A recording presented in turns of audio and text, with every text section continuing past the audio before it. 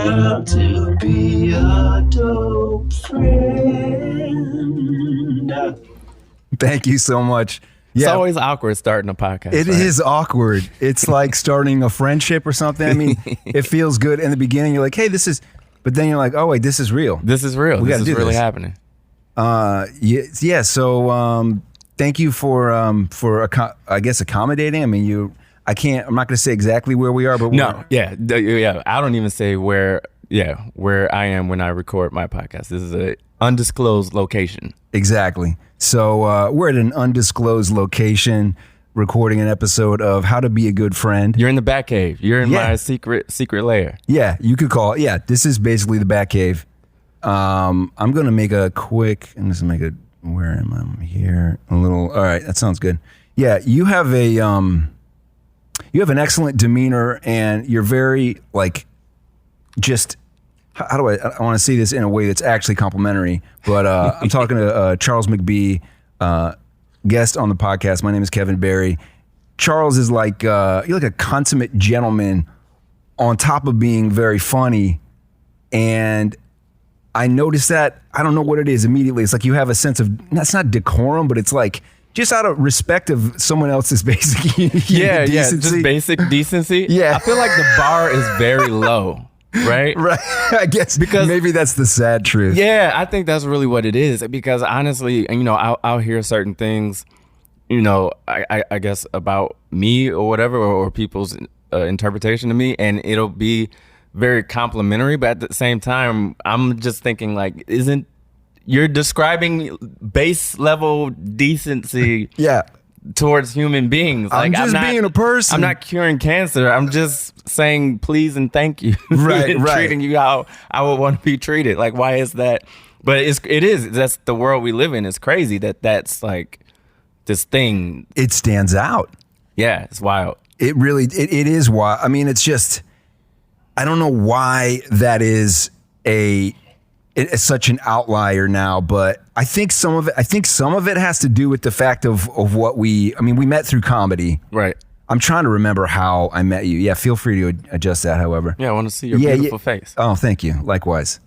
Yeah, so that we met through comedy, and so I think some of it's just the way that the business is, like, where people are running around, you're like trying to do a spot and then you're trying to do the next thing. And so depending on where you're at in that, on those levels, like some people are just really not social or not plugged in, and they're just in their own head until they get on stage. You know, so some of it's that, but I don't know. It's and the thing is, you know, comedy is crazy like that. It's weird like that because it does in one of two things. It draws in every person from every walk of life, right? Yeah. Like there's not one. There's certain professions where you can say, okay, this profession describes this type of person. You can kind of fit in who that person is when you describe doctor, lawyer, lawyer, I mean, they vary, but you can kind of get a sense of who you're talking about. Comedian, it's ex-lawyers and ex-cons. It runs the whole gamut. Everybody from everywhere. But the good thing is, and what I've said is, that if it weren't for comedy, there are so many people that are friends of mine, or even just people that I talk to, that I would never talk to. Absolutely. You would never even be in the same circle. No. There would be no reason. No. Because we're in our bubble. And comedy has forced me to not be in this bubble and literally just be friends with every person from every walk of life, from every background. So that's the positive thing about it. But it does draw in some cuckoo for Cocoa Puffs. Yeah, absolutely.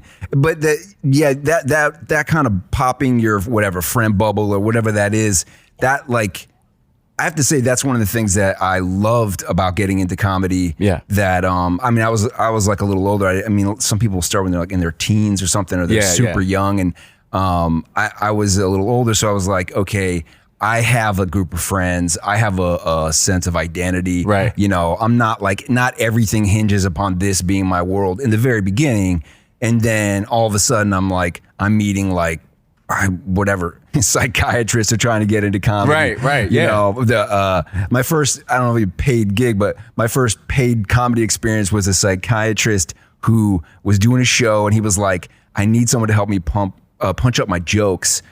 Could I buy you dinner? That had never happened to me in any other circumstance. Right. And I was like, I'm going to call this a gig. Yeah. This is what this counts. That's what this is right now. That's money. I mean, at the time, that was money. So, but yeah, it's like you said, there's one guy, I don't want to go off too much on a tangent on this, but there's a dude, I can't think of his name right now, who part of his act is that he served in Attica and he stabbed somebody, and then he's on stage and he's talking about, this is a guy who's, he hasn't broke through or anything. I've seen him on some shows at Broadway, and he's like, and he talks about, he's like, yeah, I might stab, you guys don't laugh, I might stab one of you. And it was like, this is not cool. Right. And yet you'll find yourself, I don't know this person, but you'll find yourself in the back of a club chatting just it up. shooting the shit. Yeah, and you're like, I would never speak to you. No. Other if it weren't for comedy, bringing us together. And I don't know, maybe he didn't do a bid in prison, maybe he didn't I don't know. Right. But that's the thing, I don't know. Yeah, you don't know. I don't know. He seems like a perfectly friendly guy. Yeah. I don't know.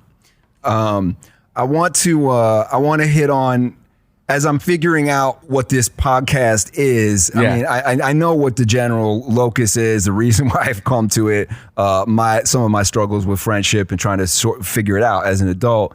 How would you define a good friend for yourself? That's I've asked myself that question before, and it's usually in introverts of like 5 years. It's just like, because you define it one way when you're 20 and another way when you're 25, et cetera, et cetera. So it's changed over the years. I guess my definition now as a 30-year-old is someone who adds value to your life. Okay. And hopefully you add value to them. That's pretty, and by value, I don't mean, necessarily monetary, but like actual, real genuine value, meaning you're there for each other in a way. Here's the thing. I'll explain it like this, because I don't know if I have a specific definition, but I can try and explain it this way. When you're in a city of 8 million people, it's easy to feel super alone. Right? Yeah. You can feel invisible in a city of 8 million people, especially. And then when you add in this business where you're just kind of floating around like a leaf blowing in the wind, trying to figure shit out. Or I'm sorry, I don't know if language, figure stuff out. Yeah. You can bleep that part. That's fine. So you can feel very, very much alone. And when you connect with someone who helps you not to feel that way. Yeah. I think that's a good nugget. That's a good link to let you know that this is someone who you can start to consider a friend. Yeah. I use that as kind of my base. And then of course there's other things, life happens. Are they there for you? Right. Are you there for them? Are they there for you without any expectation of a return, right, and vice versa? Those types of things I look at when it comes to actually building a real friendship. And then the last thing is, sometimes I'll look at situations where you'll think someone is your friend. So this is a good example for comedy, what we do. So you'll go, yeah, this is my friend, right, because whatever, this is my friend. And then a situation will come up where you'll realize, oh, we really weren't friends.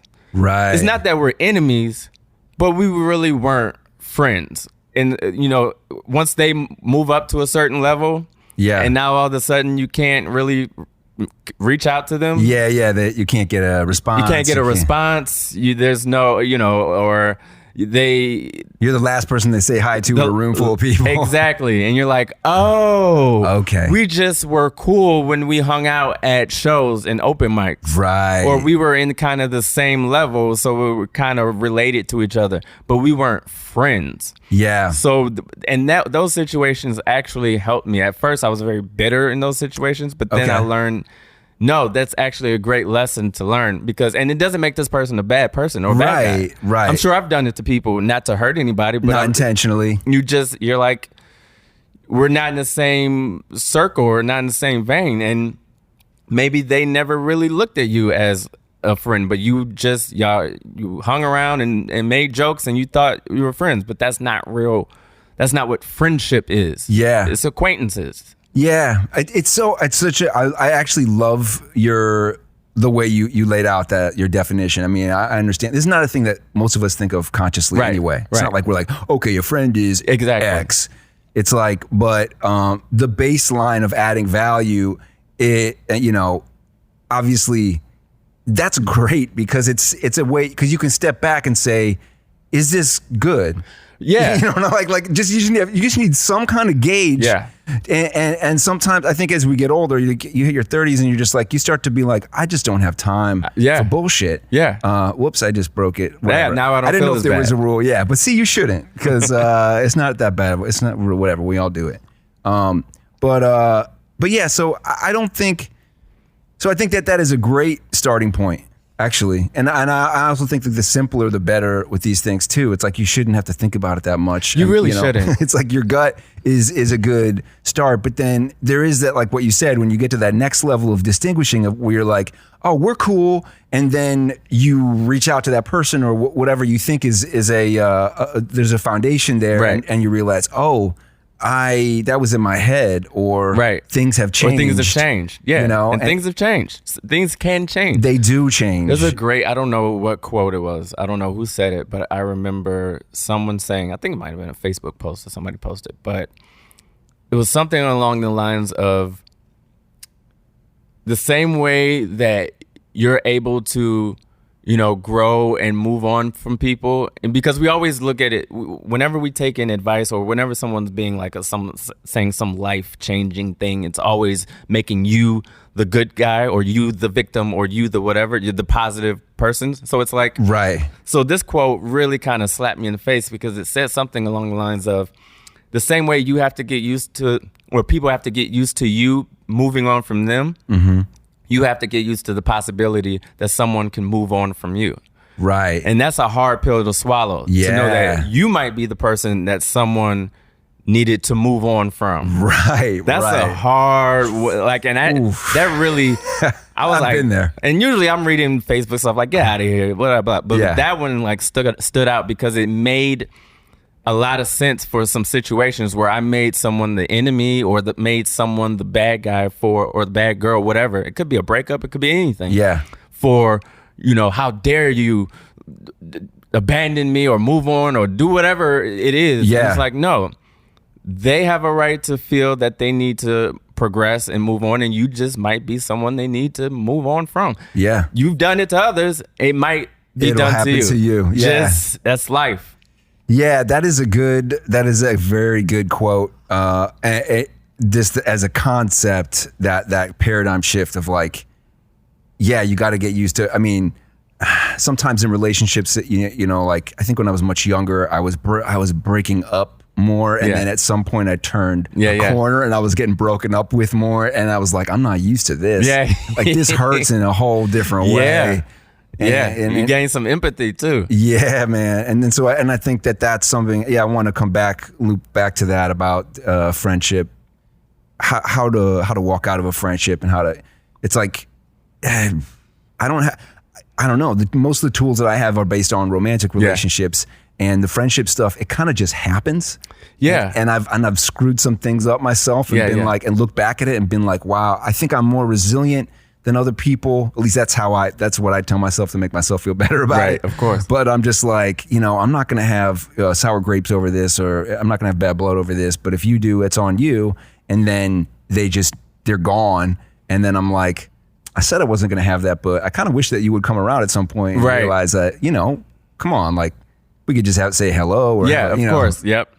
But everyone has their different level of comfort with that. Yeah, I think with there's something finite about relationships because there's an official we're done, right? Yeah. With friendships, it's a little different because a lot of times, unless there's some big blow up or some big thing, there isn't really a, hey, we need to talk moment. Right. It's kind of just, you just stop hanging out as much and you just stop reaching out as much. And eventually you just kind of go, all right, you know, and it's not until some life event or something happens, or maybe you have, you know, you have a birthday party or whatever, right? And they don't get an invite, or they do but they don't show up, right? Right, where it's like, oh, there's been a change, because most people, not all, but most people are more on the passive aggressive side. I would think, when it comes to stuff like that. Absolutely. You just kind of do the fade away. You just let it ghost out. You let it ghost out. You're just like, all right, just let this one loft until it evaporates, you know? Yeah, I think that's the basic. So what do you look for in a good friend? Right now, at this point in my life, I look for just genuine people. Yeah. That's the thing that I value most, and people who will help me to become the best me that I can be. Not that that's their job, sure, but just based on who they are and the positive energy that they bring, they help me to be better.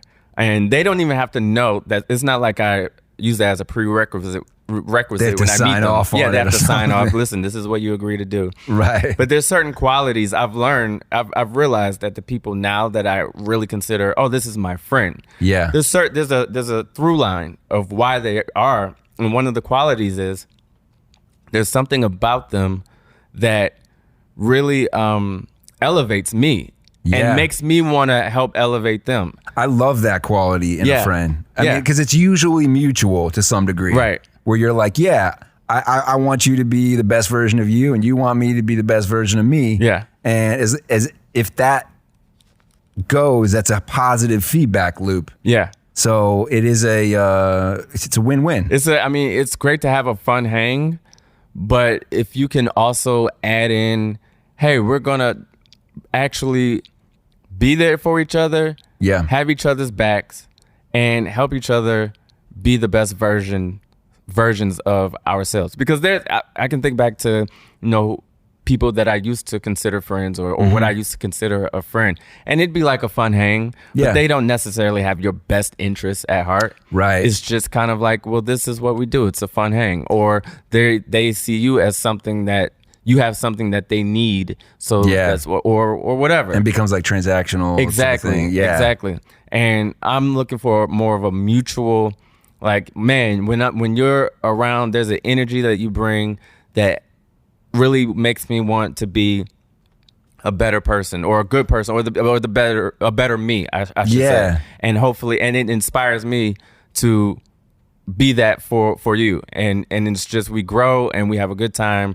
And that's that. And obviously, you know, trust and things of that nature. Sure. Yeah. No, those are great qualities. I feel like that's like bedrock level, solid good friend qualities. And of course, if you can get me on, you know, Tonight Show, like, that's the number one thing. I mean, it goes without saying. Yeah. I mean, that's, you have to like have some type of, you know, pull or something like that. Sure, absolutely. Yeah, you gotta have some kind of influence on the on if it's not the Tonight Show. Yeah, I mean, whatever. Colbert is fine. You know, just whatever. You got it. Come on. Yeah. Otherwise, why are we here? You know where the door is. Exactly. You know? Yeah. That's part of our lives. It's a. I feel like it is different as a comedian with that, because I feel like we interact with people and with our coworkers. Yeah. I mean, I don't even think of them as that so much, but we are absolutely so much, and we're like crossing paths a lot. I feel like a lot of people in a lot of industries, like, they're introverted, or they're like sheltered. They're in their office and they just work with like this core group of people, right? You know, and they're not like, oh yeah, I'm a paralegal and I work for this law firm, but I also hang out with lawyers all over the world, right? You know, like it's not like that. I mean, there are some people that go to conventions, but then also, like, comedy is fun. And I have friends from comedy that I think of as being friends and not just other comics. The number has definitely started to dwindle. Of course. The deeper you go in, Me too. It shrinks. But it's like, there's something beautiful about it, and then there's also something sad about it, as if it gets winnowed down too much and you feel too competitive, or too much like, if I don't want to get too much in my head, you know, about like, you know, what can this whatever comic do for me, or I don't know. I don't worry about that, but every once in a while, it's like, I guess sometimes I'm meeting like younger comics who are coming up, and I'll be like, oh, this guy's asking for advice or for something. And I'm like, sometimes you could just tell, you look at somebody, they may be a couple years in the game, but they're like, you're good. Yeah. Like, and if they have a, whatever, I don't know what it is, a note, or they're asking something, and I'm like, I try to be open-minded, because there were people that were like that to me. All right. What's funny? Somebody posted not too long ago. I think it was Finji. He posted something like, I make friends in this business just based on who you are as a person. It doesn't matter. He said something like, I've never been in a clique. I don't in a cliques. I just make friends with who I like, and I don't get involved in comedy cliques. And I responded back, find a clique fast. None of that friendship because you like people crap. If you want to make it in this business, of course I was being stupid, but right. Like, that's so funny. You just made me think for a second. I'm like, fuck, I gotta find a clique. Yeah. Find a clique. What are you, crazy? What do you want to make it in this business? No, I was just talking to Jessica Kirsten about that very same thing, about how I've always made friends, or the friends that I've made have always been based on two things, like just genuine, they're good people, and they're funny. Like, I think they're funny.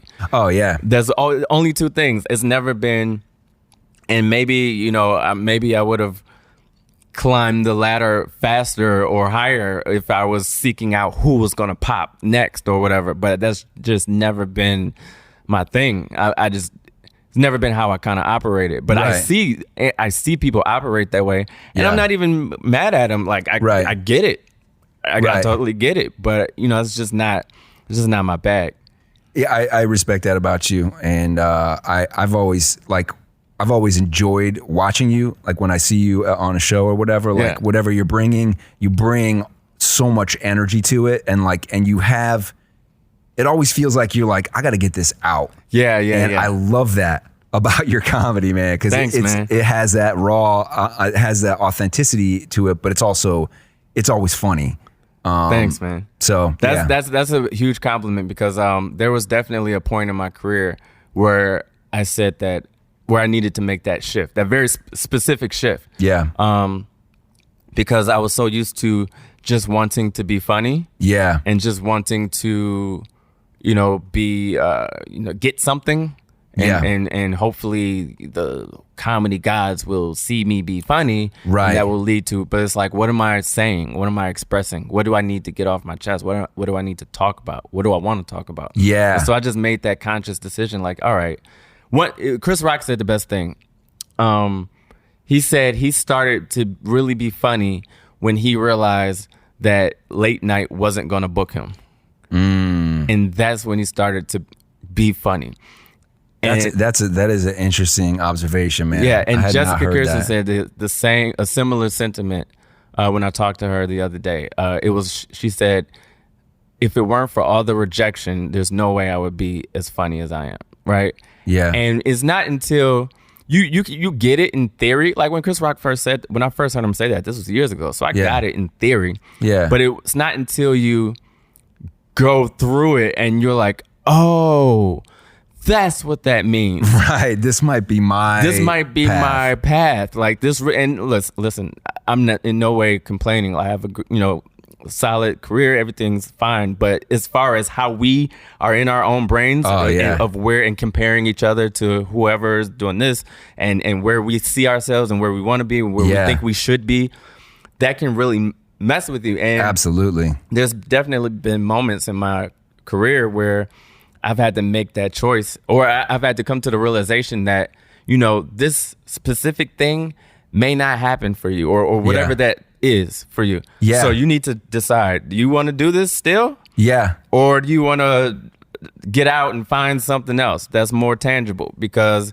it might not happen. Yeah. And it wasn't until I really felt that I was like, all right, well, if I'm going to keep going, I'm going to do it the way that makes me feel like it's worth it, and makes me feel like I'm actually saying something and feeling something. I'm not just, no more of this just being cute to be cute and try and be funny. But like, I'm really want to leave a legacy or leave something that makes people feel something when they see me on stage. So that was my long way of saying thank you for that compliment. You're very welcome, man. It's been a beautiful shift to witness. So one of the things that actually sparked this, and I'm not really a big. Thank you. I'm not really a big Facebook guy, but I saw that you had this post about a conversation with Leah Bonema. Shout out to Leah Bonema. Great comic, super funny woman, and she had this post. I'm sorry, you had this post about I guess it was a conversation that you had with her, and I would love for you to expound on that, if at all possible. You feel welcome to read it. Or, do you have it quoted? I don't know. Yeah, you can read. Yeah, it's quoted. Let me see. Which one is it? Number 4? It's actually number 3. Number 3. Oh, there we go. Okay. Starts with oh, here we go. My All homie. Right. Cool. Yeah. So I said my homie Leah Bonema just dropped a jewel on me. Friends don't just show you who they really are during bad times. They show you who they really are during good times. And then this is me expounding on that. If your friends can't be genuinely happy for you as you strive to be your best self, then you shouldn't feel guilty about finding new friends. Yeah. And that was, so here's the backstory. So Leah and I did the Borgata. For anybody that doesn't know, it's a great casino hotel in Atlantic City. It's like one of the biggest. Yo, congratulations. That's Thanks. huge. Yeah, they're great. Yeah, it was phenomenal. So we were there for, leading up to the 4th of July. So we were there for like 3 or 4 days. And Leah and I, so this is a great example of like, definition of friendship, right? Yeah. Because prior to this Borgata trip, Leah and I would say were friendly, or I'd say we were friends, but in that friends, you know what I mean? It's just in that more casual. Beyond acquaintances, right, good hang, right. You hadn't really hit any rough times or, right. Exactly. So always great to see you, blah, blah, blah. We see each other at shows. Hey, always great. And we have great conversations, all that. Wonderful. So we got the gig and I drive. So I was like, hey, more than welcome to ride down, all that good stuff. So by the time we met at my apartment, and I'm not going to, go into details of anything we talked about, but she had a situation going on with her that she needed to get off her chest. Okay. And I'll be frank, I was going through a breakup type situation. Oh man, that I was dealing with. Damn. So I was, and hers had nothing to do with I don't want to put hers was just something else. You were just each going through your own thing. So immediately we were unloading on each other, like unloading, right? Just chiming in, just boom. And how I knew that this was probably going to develop into a real friendship, neither of us mind that the other person was unloading on the other person. Like she didn't mind. She was like, yeah, give it to me. Yeah. And I was the same with her. That's great. And it was like that for the entire time we were there. Oh, man. I mean, the entire time. Like, wow. We gave each other full permission and authority to unload at any time. That's great. To appear completely irrational. You're not getting on my nerves. You're not bothering me. You're not inconveniencing me. Whatever, whenever, however, wherever. Unload. And that's beautiful. Without any explanation or whatever. See, this gives me hope. Yeah, man. It was the best. It was one of the best things that anybody could have ever done. Just giving me that permission, and I guess for her too, that permission, because at least I'll speak for myself. Going through what I went through, it gets to a point where people will only allow you to talk about it, like let's say a breakup, for so long. Yeah. Until they're like, all right, move on, get over it, or bro, you're still, blah, blah, blah. So someone giving you permission to be whatever you need to be for however long you need to be it is so vital and so helpful. And the fact that we were locked in a hotel for 4 days or for however long it was, and we just allowed each other to continue to do that was extremely helpful. So that's how we really developed our a really close friendship. It was really during that during that Borgata stay. And that particular quote really just came out of that was as Oprah puts it, an aha moment. Because at least for me, you know, when I'm rattling off all the things, all the insecurities I'm having, or well, maybe we shouldn't have broken up, or what if we did, even though I know that what she did was messed up, but I miss her, or blah, and I'm rationalizing. Oh my gosh, man. That's a tough it's just cycle to be in. Cycle, man, because your mind is just attacking you with all of the things that are, and not to, you know, to protect the innocent or whatever. But my situation is just, it was very specific, because I'll describe it the same way I do on stage. It was with a coworker. Okay. And she ended up being with another coworker. Oh, right? man. So now I get to, you see them. I can't just go away and I'll never see you. You get to, that's tough. You get to see them through other people, through this, through that. So it's just, the mind F was just on 100. I can totally, I can relate to that kind of a cluster fadoodle. I'm like worried about cursing, which it doesn't matter, but yeah, it is a I certainly don't envy it, and when I've been in it, I just have such poor tools for handling that. I can be pretty chill on a lot of levels, and when I'm in a relationship, in terms of dealing with conflict to a degree, I mean, I certainly snap. I'm married now, and but then like I have conflicts with my wife, and we'll like, but we have a way of coming back to the table, and when I think back to sometimes when someone's crossed a line for me, or I mean, especially with the relationship where you're like spinning, basically. It feels like you're spinning. If it breaks apart and you're like, is this supposed to end, or it was very strong, and like, how bad, you know, maybe we can work through this. I've had some that were big learning moments for me, but at the time it wasn't learning crap. I didn't know anything. Of course. It was just me like just trying to survive, scrambling for a handhold, you know, on the edge of a cliff face. That's 100% what it is. Just like, someone please just keep me from falling right now. And specifically with this quote, I was going on and on and on, and people can continue to say, well, she was no good for you, and this is why it's good that you broke up, and this is why. And you hear it. Yeah. But it doesn't always sink. No. But there was this one specific quality, or one specific thing that I would say about how, you know, she wouldn't necessarily be happy for me when I would get things, or when things would happen for me. That's interesting. She would be happy for me in the sense of duty, in a sense of like, hey, I'm so happy for you. But it would seep out the fact that she wasn't, or the jealousy or whatever, the insecurity, because we're in the same field or whatever, would manifest, and it would come out in other ways. So it would kind of not spoil, but what's the word? Taint. Yeah. You know, maybe the congratulations, or it would be like have an edge to it. Like, hey, good for you, you know? And after a while, once I realized that, and we talked about it, but then I was like, well, then I don't want to bring you into that part of my life. Right.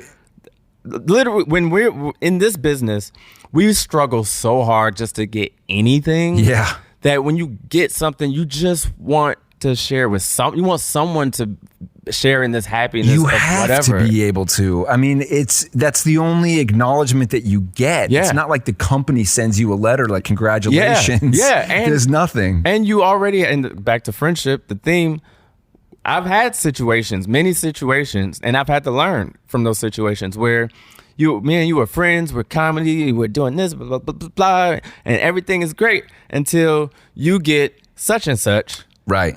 And now I'm not really your friend anymore, or there's there's a shift, and Yeah. you're like, well, you're not thinking in that way. Yeah. Because you're just thinking we're friends, and man, oh, isn't this great? This is happening, blah, blah, blah. But your friend is looking at you like, blank you. Because I wanted that. I want that. Yeah. It just is what it is. It's Yeah. just a human nature. So when that becomes, but when that's your significant other, it's a whole other layer of like, Oh man, it's just so that could just get toxic. yeah. So when Leah was saying that, she was basically saying, she said, you know, your friend, it's not just the bad times when your friends show up, you know, someone passes his way or you're going through some rough times, and then it's like, oh, cool, who was there for me? Right. But a lot of times it's in the good times where good things are happening. Are your friends still going to treat you the same, or still have that same love for you, or are they gonna now want something from you, or are they gonna stab you in the back, or are they gonna, you know, all these other things? Yeah, those are all bad. I mean, those are all bad things. Yeah. So some people say, you know, money changes you, and then others say, no, money changes the people around you, right? Yeah. And that's so when she said that, it really hit. I was like, Yeah. oh, okay, this is a jewel. Everything else was kind of hitting. And it was falling off. It was falling off. I was like, yeah, but you know, but when she said that, I was like, all right, that stuck. And that's what I appreciated about her also, because both in our exchanges back and forth. So let's say she was unloading, right? Yeah. It was the same thing. It was just like she would unload, and I would just wouldn't change, you know. Well, this is why I'm not going to change what I'm saying. This is why. And she'd kind of like, I know. You're right. But what about blah, blah, blah, blah, blah, unload. And having that person who's just solid. Yeah. Who's like, I get that you're unloading. Yeah. And that's okay.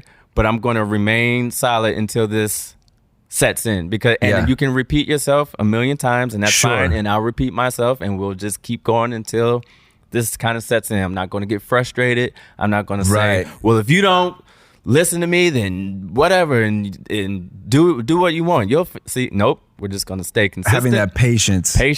Patience was everything. Yeah. That's beautiful, man. So, and that, do you think that observation, did that come out of like her? I mean, she heard you like talking about your whatever, your frustrations, the turmoil. Yeah. And you think that was something that she was like, she listened enough that finally she kind of was like, oh, this is the thing that maybe you're not seeing, or that to me, that is a thing I haven't really thought about before, but like it is a value that I have for I mean, my like dearest friends who are like, sometimes they can be the ones who can pull that inside out, that it's like you have a blind spot, or there's, you know, they're willing enough to listen. They're not like, oh, here comes Kevin again with his gripes. Right. Yeah. They're like, oh, okay. Huh. You want to know what I think? And I'll be like, yeah, dude. Yeah. and sometimes it's like that. It's like a precision, like thing where they're just like this. And I say, oh, yeah. Yep. Yeah. I wasn't thinking about it that way, but you know, that's great, man. Thank you for sharing that. Yeah, man. Yeah. So let's, we're just, I'm taking a time check here. We're just over, we're at 6:13. Can we go a little longer? How's your, I'm chilling. You good? Okay, great. So, all right, this fourth one kind of leads into that. You may have already addressed this, and you have to pardon there's a little bit of a looseness because I don't know your act inside out.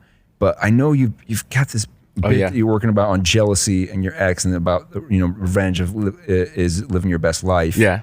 And is there anything that you want to expound on that, or do you feel like we addressed it? No. Well, so for that particular bit, that because I love that, by the way. I love watching you do it. It just has this fire to it, and I'm just like, this is real. So this is the stuff that I want to see. Right. So when you saw me, I was just, you know, we do similar like workout rooms, right? Yeah. And you were seeing it just like coming off the page. I think I was still even reading it off the book, off my notebook or whatever. But so another friend pointed this out to me. Shout out to Catherine Henson, another funny comic.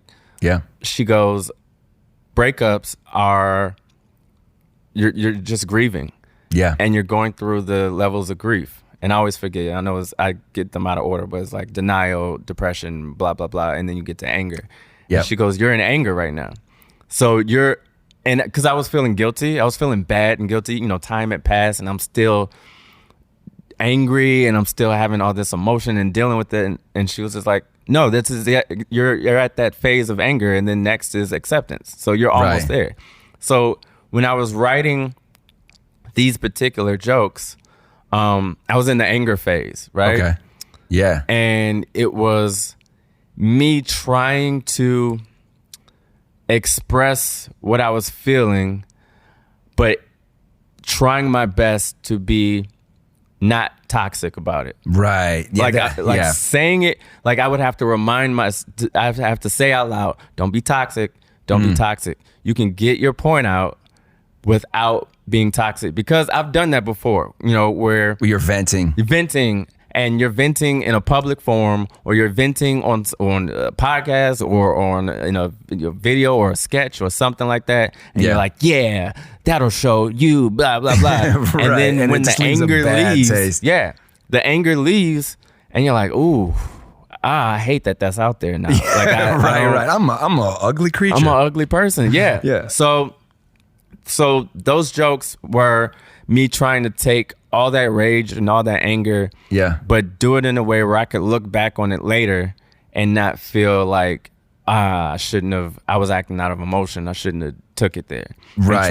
And trying to get that same point across. So yeah, that was that joke. And I think the one that you might be talking about is, I had a couple. I think it's the one with the therapist, where I said my therapist said to me that, you know, hate is like drinking poison and wishing for the other person to die. And I was like, well, bottoms up, you know, like it was in that long line I had a long line of like hate jokes, or I say one line where I go, you know, there's a reason that hate is what drives me to do this, to do comedy, to be successful.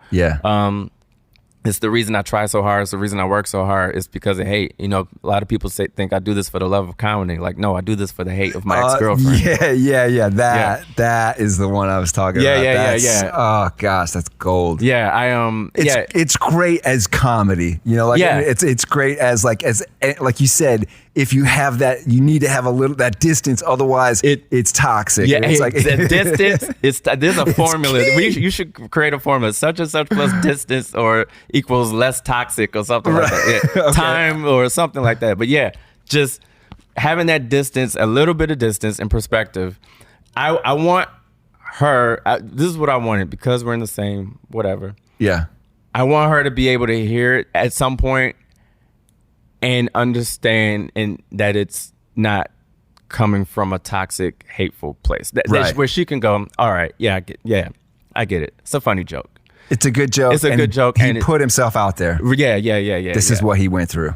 Yeah. I never want to use it or do anything to hurt. Right. Regardless of me being hurt. Like, you know what I mean? Because it's like you said, that it's like drinking poison so somebody else dies or gets sick. It's like, no, it doesn't work like that. Yeah, it doesn't. It doesn't at all. And at the same time, you know, this is what I also had to realize, is that particularly with this situation, there was a reason that I was so hurt and so angry. It's because I love this person. Of course. You know what I mean? That's opening yourself up. Opening yourself up, the vulnerability is what makes things as great as they can be, and also as painful when somebody pulls away or whatever, stabs you or puts salt in the wound. Right. It's so, like, yeah. So when you so doing that ultimately would be hurting someone that you genuinely love on some level, deep, even if it's deep down, even if it's, you know, suffocating under all the anger and the hurt, it's still there. That's like the undercurrent of the emotion, is that like it's all happening because I cared, right? And I still do to some degree, but whatever, the relationship, you have to move on. Yeah, we don't have to be friends. We don't have to talk, but I don't need to be out here, you know, doing things that are going to actively hurt this person. That doesn't help anything. That is a great self-awareness to have. Regardless of how much messed up, how much I wanted to many times. And how much you cross a line. Yeah. And it's like, gosh, but that's just part of, that's like the core of being a human being, of like having to wrestle with those emotions. They don't settle in any reasonable way Yeah. in your life. You're just like, I have to get you. We have to make. I think a lot of people don't have the a forum to try to sort things out in public like that. That's 100% true. You know, 100%. I mean, yeah. I always tell people, like, you know, at least I get to go on stage and say stuff. You can't talk about your breakups at the office or whatever. Man, you're water going through. cooler chit chat. They're not hearing that. The moment you start that stuff, like, oh, you know what? I gotta go. Gotta go. Yeah. I gotta call. Yes. So yeah, you don't. It's funny because, you know, I have my writing gig during the day, and I would talk about it. You know, I had nobody else to talk to. And I would talk about it. I'll be like, and they were good for them. They were, you know, they held on, but I could tell I was like, I can't be coming in here, you know, talking about this every day. This is not. I can't let this be the thing. Yeah, the defines my thing. you. Yeah. So yeah, comedy was a lifesaver. That's awesome. There was something. What was that? There was something else I was thinking about that, but I'll come back to it. But it's really a it's. I just forgot it. It's fine. Let's move on. Let me see. Yeah. So, all right. How do you maintain and build your friendships as a comic? I mean, we have multiple roles. Like you're writing. You just mentioned you got your writing gig during the day. Yeah. You're doing comedy. I mean, you have done. I should probably introduce you properly. It's only an hour in. We're an hour in. Charles McBee. You've been seen on Laughs on Fox. Yeah, right? Laughs. A couple Punchline on Fox. Oh, doing Punchline again. Also Gotham Comedy Live, AXS TV. Yeah. You were in a musical off Broadway called Ha. Called Ha the Musical. Shout out to Ha the Musical. We had some dope people in there. Big J. Okerson. Damn. Casey Balsham. Louis J. Gomez, Jabron Salim. Who else was in that? It was a fun cast. That's awesome. Yeah, it's great. Where was Christian that? Finnegan. We did it at the Triad. Okay, I know what that. I remember that. I remember when that came through, and I was like, oh, that's like a crazy lineup. Yeah, of all these stand-ups. It was great. That's awesome, man. And then as a writer, you've worked for a number of MTV shows. While now, with Nick Cannon, MTV's Fear Factor, Uncommon Sense, Live with Charlamagne the God. Hip Hop Honors. Hip Hop Honors. TRL. They brought TRL back. Did that.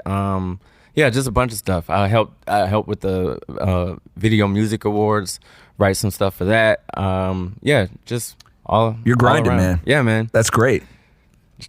Trying to find my way. Yeah. Well, I mean, it's a beautiful thing that you have found it, that you've got a niche going there. Yeah. Because it is hard to get your foot in anywhere. Right. Like, of course. Like there's some. I mean, I've heard some comics describe it as like you have like your main paths of like there's some people that are just performers more so than writers, and they're gonna get booked on a commercial, or they're gonna get whatever, something that way. And there's some people who are like, you're a great writer, or you're not that good of a performer, right, or you're great, or whatever it is. But I've always thought of you as being a great performer, and I think of you as being a fantastic writer. But I don't know. I don't think of them as separate. Yeah. When I look at your stand up, I'm always like, this guy. I mean, I was looking at your bio, and it said that you trained at like a dramatic arts. New York Conservatory for Dramatic Arts. New York, so and I saw that. I was like, okay, New York Conservatory of Dramatic Arts. This guy clearly has acting training. Like you're bringing the vocalization. The whole performance from top to bottom is theatrical and like impressive and great. Thanks. On top of the comedy, that means a lot. I am definitely, if I had to pick one, I'm definitely writer first. Okay. Because I'm just naturally an introvert. Yeah. And it's always been just something, a part of me, even as a kid. And the performance aspect was something that I had to actively learn. That's interesting. That's so interesting because I wouldn't think that. And that's the best compliment ever. Then, because I can remember vividly forcing myself. I would go to open mics back when we were open micing it. Yeah, I would go to open mics specifically to learn how to get on stage and be present on stage, Right. and not choke on my words and not be nervous, and be able to be personable with the audience and not get cotton mouth, like all those things. There was a point, because when I first started, comedy, I just wanted to be funny.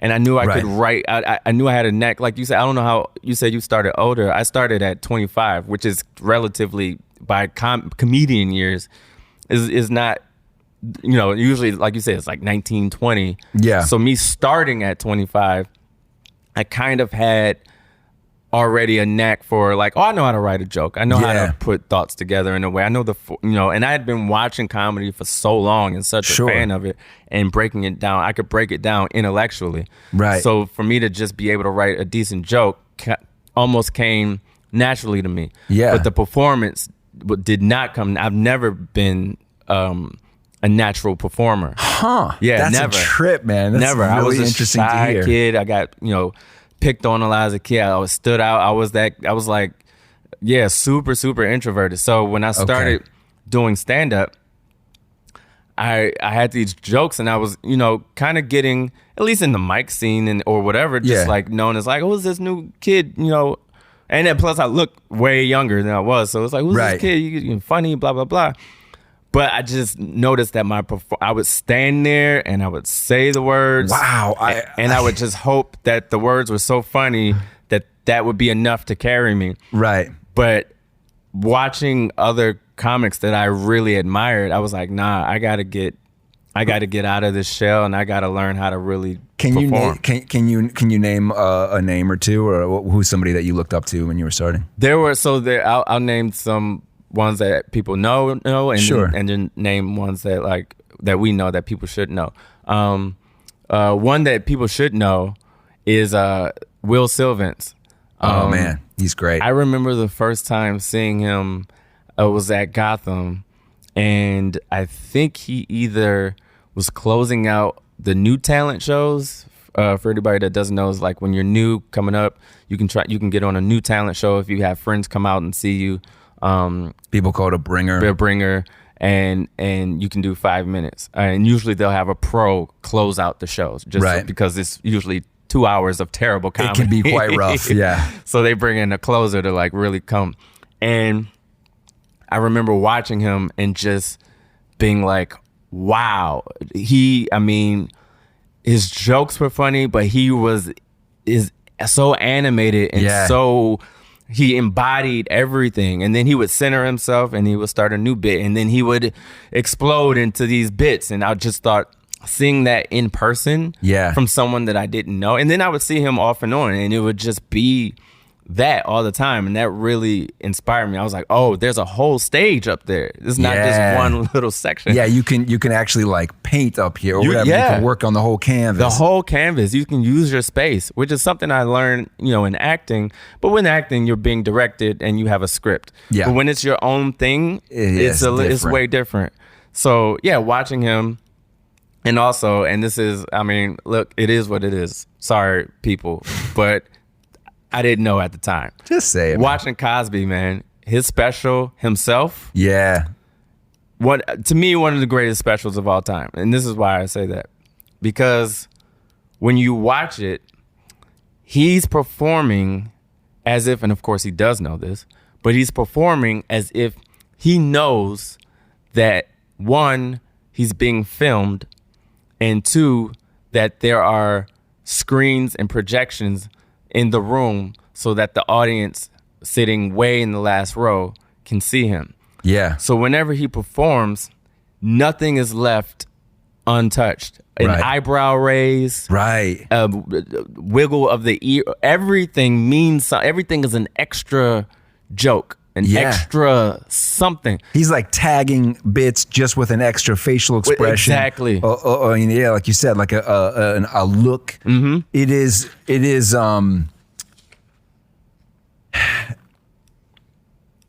It's one of those things that when you watch it after you've started doing comedy, if you go back to you see it, and you're just like, I could study this. It's a masterclass. It really is.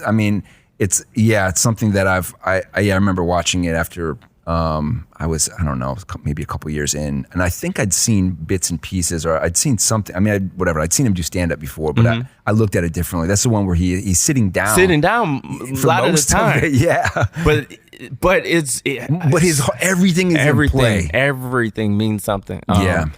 Yeah, and once after studying that, then you start really watching. And sometimes I'll just go down a rabbit hole and just watch the greats, man. Just watch. Just some of the, even whether it's Billy Crystal back in the day or whoever, Robin Williams, just watching performers perform, Steve Martin, Bernie Mac, watching performers perform and be in their element, really inspires me because I mentioned legacy before. Yeah. There's something beautiful about being in your element, but also having it recorded and having it time capsuled. Yeah. And one of the things that drives me insane, but really it's kind of a pet peeve, is when I watch comics, especially, and when I say young comics, I mean my generation, whatever. They get specials or they get TV, this and that and the third, and they're up there as if they're doing a spot at the Lantern or wherever. Right. Like they're chilling. It's too many too cool for school comics now. Right. And I never got that. Like, don't be cool. This is comedy. I love that about you. Yeah, this is this isn't for you. Go put on a varsity jacket or something. This is for the uncool. So when you're up there, unless that is a specific, listen, Gary Veter can stand there and be Gary Veter. It's his act. That's him, right? Yeah. But if you're up there just being too cool for school, and that's why your name's not Gary, and you're not Gary, do something. Act like you're being filmed. Act like this is a performance. If you're taping a special, act like it's a special. Right. You know, give the audience something. Sorry, that's my rant. No, it's fair. That's fair. I think that's fair. I mean, it's everybody has their own. And I don't know. I'm sorry. I don't know how that came across. I'm a super duper fan of Gary Vee. I was meant that as a compliment. I think Gary's great. Yeah. I didn't mean that as a. It did not come across. Just making sure everybody's 100% clear. I mean, Gary Vee that's his thing, and he can be Gary Vee. Yeah, but just that not. I mean, I know that with this, especially if you're coming from that angle of being introverted, you're starting out. I'm a writer, and like I think a lot of people look at Gary, or they look at a Mitch Hedberg, or they look at these comics that, or a Stephen Wright, or whatever, as people who seem like, oh, he's not breaking his sweat, or and so I don't want to have to do that, but it doesn't always match up. It doesn't match up. You do know how good you have to be as a joke writer. The jokes, and then also how you're perceived. Right. Like, you don't control that so much. Right. I mean, there's things you can do but that takes a certain level of like, I think sometimes it matches up and it's like, oh, this just worked. Right. You know, like this fit the personality of the guy's style. He didn't have that much. It just, the match worked. Yes. And you don't know, like if that same, if Mitch Hedberg, his style would have matched somebody who was more animated and act outs, maybe he never would have become what he is. Exactly. So like to be self-aware enough to say, okay, that was the dream when I started, but then I'm gonna have to bring something else. Right. I think it's a sign of maturity, and just as an artist, like you got to just be aware. Yeah. You know how whatever. And I mean, for me, I think. I definitely, wouldn't say phase, but like I went through some period in the beginning where I was like, I can get away with maybe less of the physicality.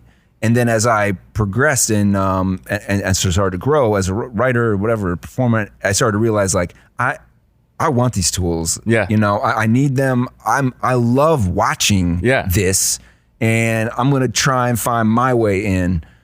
So yeah. I did not fall on deaf ears. That's what's up. All right, so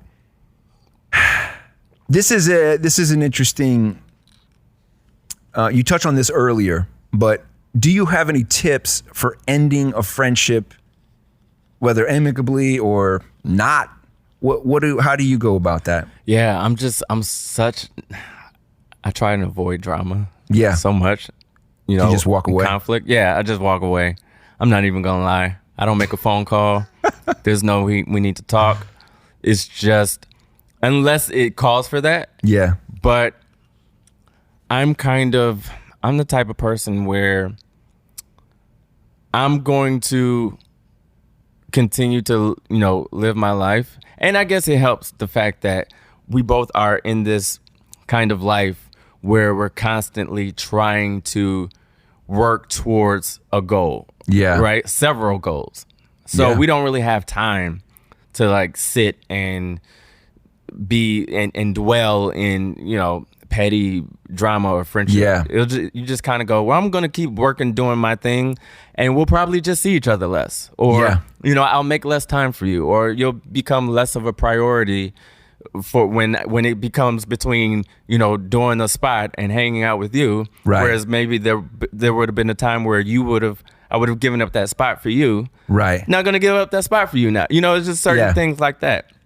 And that's kind of how I do it. It's usually not a big, circumstance or pomp and stance, but it's just, all right, I'm shifting my energy into another direction. And if I can avoid some, I don't want to hurt anybody's feelings or whatever. Sure. If it can be avoided, cool. But if not, then I'll just let the person know, like, look, we're not really rocking like that right now. So, and it just is what it is. Yeah. But I usually try to avoid making like a big thing about it, because like I said before, the friendships that I make now, a lot of them aren't even, I can count on one hand, like actual friends. Right. So it's not that big of a deal if an acquaintance or someone you call a friend, but is really an acquaintance, is no longer an acquaintance.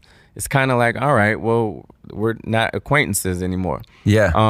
Now, if someone does something specific that you, or I'll reverse it. If I hurt someone else, if I know that I've hurt somebody, then I want to at least work that part out, even if we're not friends anymore. Right. Then I'll be like, hey, let's talk this out or whatever, just so, because I don't want to do that.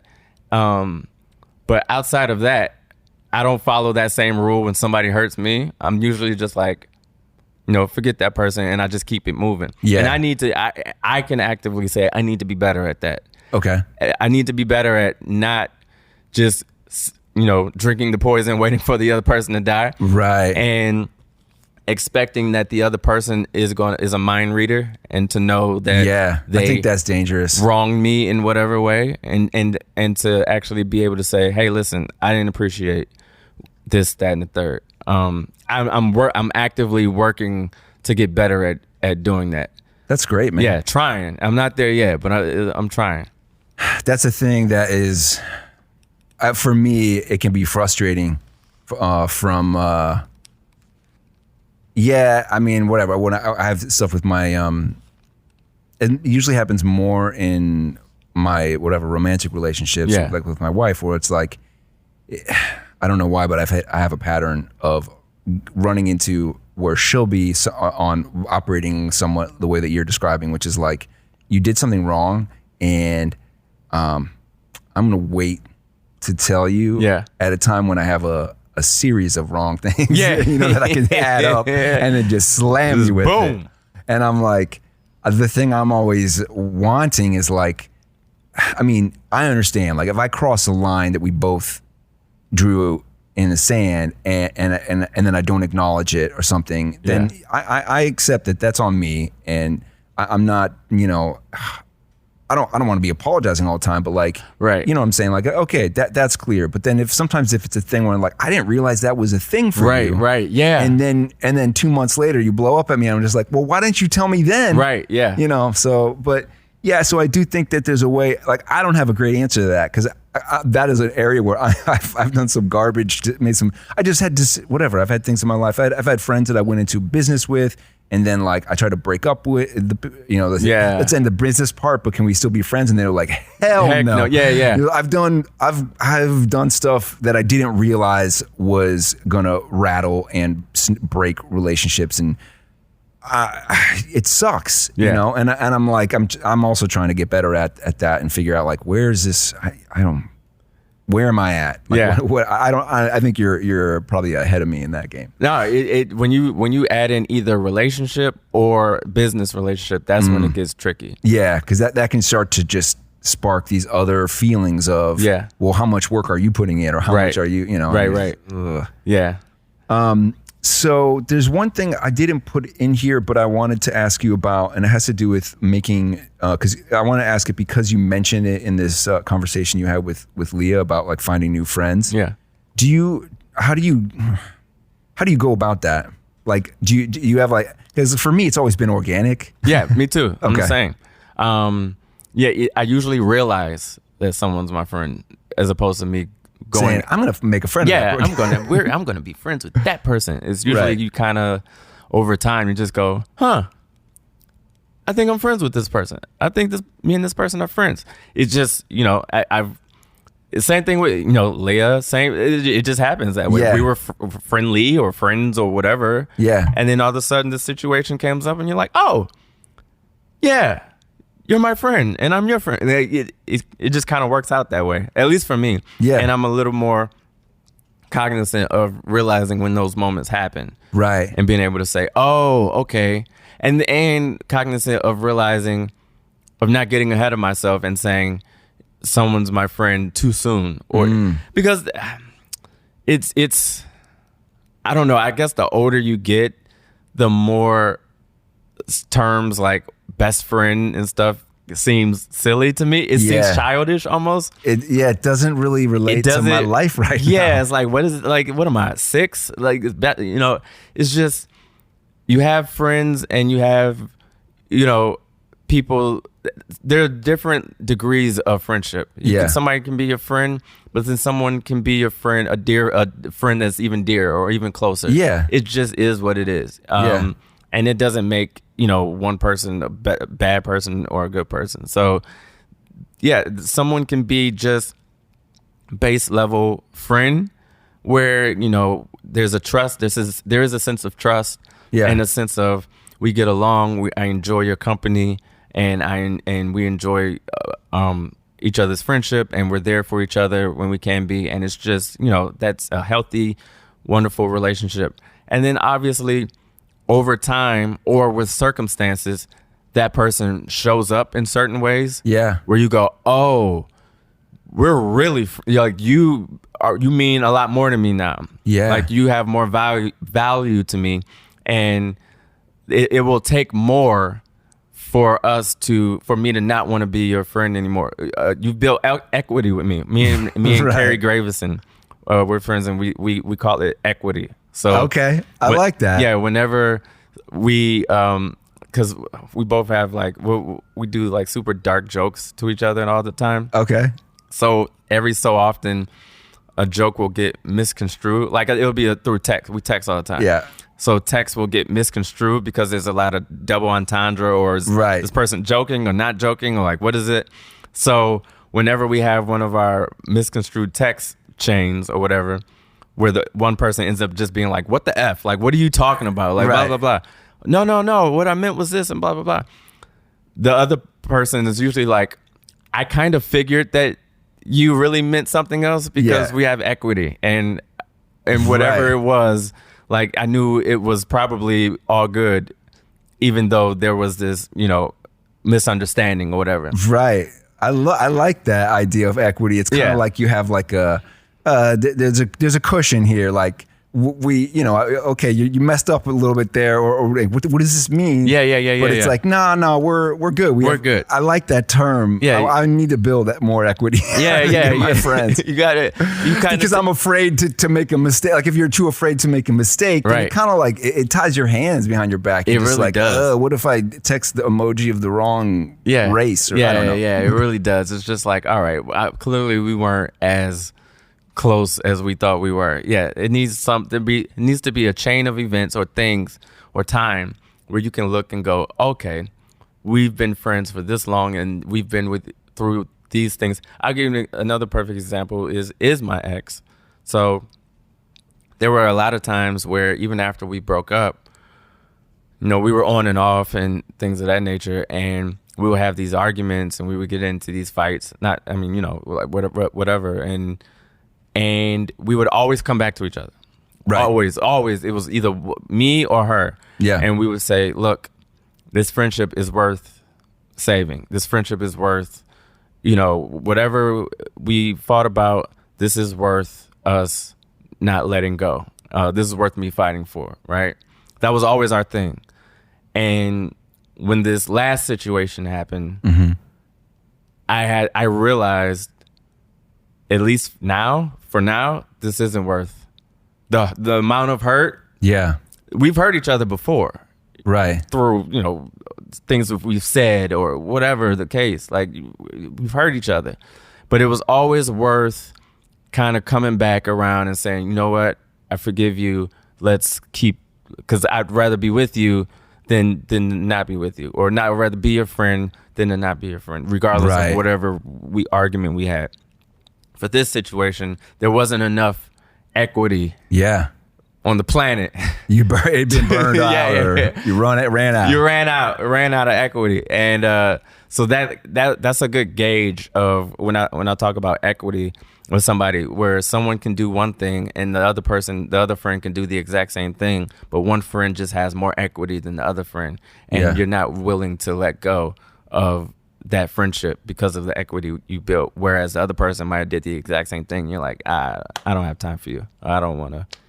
I don't want to deal with this. Yeah. You've run out your equity, whatever. On my end, it's spent. Yeah. And I'm done. Yeah, pretty much. Yeah. That was a big shift, a big realization for you. I mean, so wait, did you and your ex maintain a friendship after the breakup, or are you talking about like, okay. Yeah. Gotcha. So after the breakup, we, continue. Well, it was a breakup, and then we were still got back together.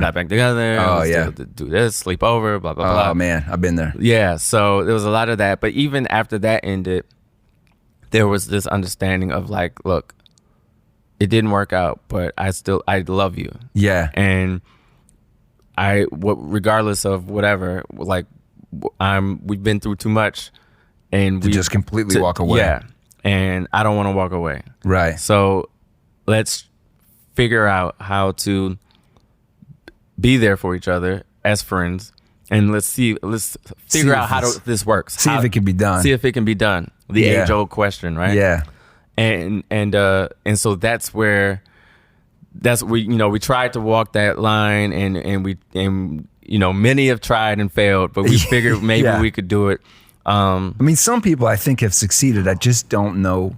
I don't think I think you need a break. You need space. Probably so. And time. People are try, we're going to break up, but it's going to get messy. It just is. Yeah.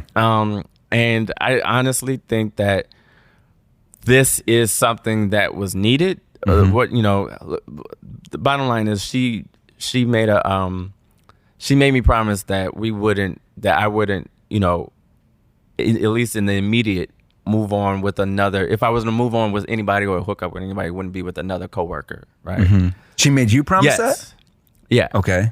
So, but then she did that 100%. to you. Oh, right. So that's where the equity. Just to give context to it. That's where the different. Equity. It's not just like, oh, you're with someone. That's a double standard. Exactly. It was that specific. That's the thing. That's the specific thing that I couldn't go back on. Yeah. So that I totally understand. And it's right of you to walk away, but then it's also just like if you've, what is that? There's a thing, we keep coming up with these business terms like equity, like sunken costs. Yeah. When you put the time into something, you're like, well, no, I put the time and money, so I got to save it. And you're like, at a certain point, you're like, no. Yeah. The value is in walking away from this, because it's like it's pulling you away from what matters, or the energy that you need. Exactly. I want to address your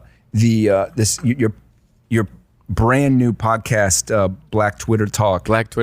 Which I probably shouldn't be the guy talking about that. No, you should. You totally why not? should be. Because Black Twitter is fascinating. Yeah. And Black Twitter Talk. Okay, can you I love how you said we promised to end racism by the end of the first episode, which is such a good jab at like what is the goal of even talking about ethnicity or race at all. It's like, is it just going to send us into a spiraling, never-ending Trump rant? I don't freaking know. Right, yeah. Or rant against. I just, that stuff, there's just so much asking, for people to basically, I can't even get into it right now. I'm getting verklempt even just thinking about it. So can you talk a little bit about that, about your podcast? I mean, basically, so Black Twitter, people may be familiar or not familiar with the concept of Black Twitter, but there in a Black culture, like there's a joke where we say, we have we meet every Thursday to, right. Talk it's a general meeting. Yeah, it's a general meeting. We meet up. We talk about, okay, is the revolution still at this time? Cool. All right, great. Is this person canceled still? Great. All right. So, Black Twitter is this kind of subgenre of Twitter, sort of like Reddit, where it's like we go and we talk about the things that affect us in our community. And a lot of it is just a lot of jokes, a lot of memes, a lot of jokes. But also a lot of it is real conversations and real things. Yeah. And it's such a magical term because there is no such thing. Right. It's just a cross section of Twitter. Yeah. You just kind of gotta know how to get into that matrix and then you know where it is and you know to find it. I've tried. You tried the code, you code it and find it. So for Black Twitter Talk, it's basically me and a group of friends getting together and discussing the topics of the day that are discussed on Black Twitter, but doing it in a way I would like for it to be, a little bit more constructive and not so much just salacious or whatever, just hot takes, but really taking the time to kind of break down some of the big topics that affect the Black community, but using comedy and humor in a way to do it, so it's not just all drama. I love that. Yeah, but it's been a great learning experience and a great ride so far. And like I said, just Black Twitter in general is just a fun world and concept to be able to explore and have fun in. I think it's a magical place. It is. Whereas white Twitter is like, it's just emails, basically. That's funny. I mean, it's just me. Like, I think of white Twitter talk, and I'm like, well, that's just these emails that I'm exchanging with a coworker where it's like, you don't understand. We should just need to talk. Like, we're not all of the subtext. These words can't contain. That's so funny. Yeah. We. I mean, the great thing about oppression. Is it really brings people together. It really brings us together. Like Black people, there's just a certain language, and not even, I don't mean literally, like just there's a certain nuance that we just understand as, in our culture. There's just certain, I explained it this way. Somebody I did an interview with someone and they explained, they asked me, why did I say it was easier to perform in front of Black crowds than it is, or to perform jokes regarding race in front of Black audiences than it is in front of white audiences? And I explained it by saying, because in front of white audiences, it's not about me worrying about offending them or worrying about any of that. None of that matters to me. The difficultness comes from a lot of times I have to explain things. It's not all of a shared experience. Right. So I have to, as a comic, a lot of times you're trying to cut the fat on a joke. All the time. On a bit. Yeah. So you're like, so now I got to add stuff. Right. Just so that everybody can understand what the hell I'm talking about before I really bring the bit home. Just you explaining it right there, not fun. Yeah, exactly. Yeah, exactly. This is not. So like, I could just feel all your stress. Yeah, you're just like, oh my God, okay. So this is why. So like, and we're in front of a Black crowd, when I'm talking about race, I don't have to. There's no. I almost don't even have to do the joke. You just cut right to it. I can just just utter something, and they get it what I'm uttering because we all have this shared experience. And you could do this. Talk about the same with Latin crowds or whatever. Any type of you watch Sebastian Maniscalco do a room or now stadiums in front of however many Italian people. He says one nuance, and they all understand about the grandmother making pasta in the kitchen, whatever it is. So I forget the question now. I feel like I went off on a tangent. No. I asked you about Black Twitter Talk, and you're expounding on it, and then you were talking about how. And you just dove down the rabbit hole of trying to explain Black Twitter to people. Yeah, exactly. So it's just, that shorthand that you have. Being able to just connect in this world that I love so much, and being able to talk about it with a lot of times like-minded, people. Like I've had I've only had 2 episodes, so everybody's been Black, but I definitely enjoy having other people on too. I would love to be on it because I feel like I need to figure this out. Absolutely. I'm going to call it. So what I'm going to do is I'm going to say here's my guest, blah, blah, blah. And here's my ally. Okay. I'm going to have allies on. So it's all right, my white ally today. You know what I'm saying? Yeah, you do have to frame it because I don't want people to think I'm the whitest Black dude in the room or something because no one knows who I am. No. It'll be great. That's awesome, man. Yeah. So my last thing that I wanted to ask you today is, do you have a most cherished friendship moment of, you can say in the past year or of a period of time? I know it's a cherished friend moment, something that we're like, wow, I needed this, or this is really special. There's been I'll pick this one. There's been a couple. We even talked about me and Leah. Yeah, that was great. There's definitely been a couple during this this breakup situation or whatever. There's been people that stepped up, and that was great. I'll shout out one person, and I'll never tell him about this podcast because I never want him to have the satisfaction. That's the MO that I want for every guest. Just don't tell people about it. Not this particular person. I'll never tell him. I'll never get him the satisfaction. I won't either. No, but that's just my dad. Yeah, exactly. In all honesty, he's become, speaking of friendship and over time, someone developing, you realizing oh, this person is a friend. Is my friend Esteban. Basically, so we've worked together for the past, I don't even know how many years. He's a producer at McBee. I'm a writer. And so we kind of have that producer-writer hand-in-hand relationship. Tag team. Right.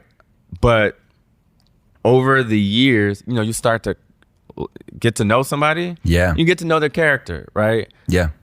And after a while, that, whatever is fake kind of goes away. Mm-hmm. And you kind of go, oh, okay, I get it now. This is the real person. You know, this is the genuine person. Doesn't make them bad, but you kind of get the oh, okay, the polish is gone. And the charm has worn off. Yeah. This is what you're really going through. All right, cool.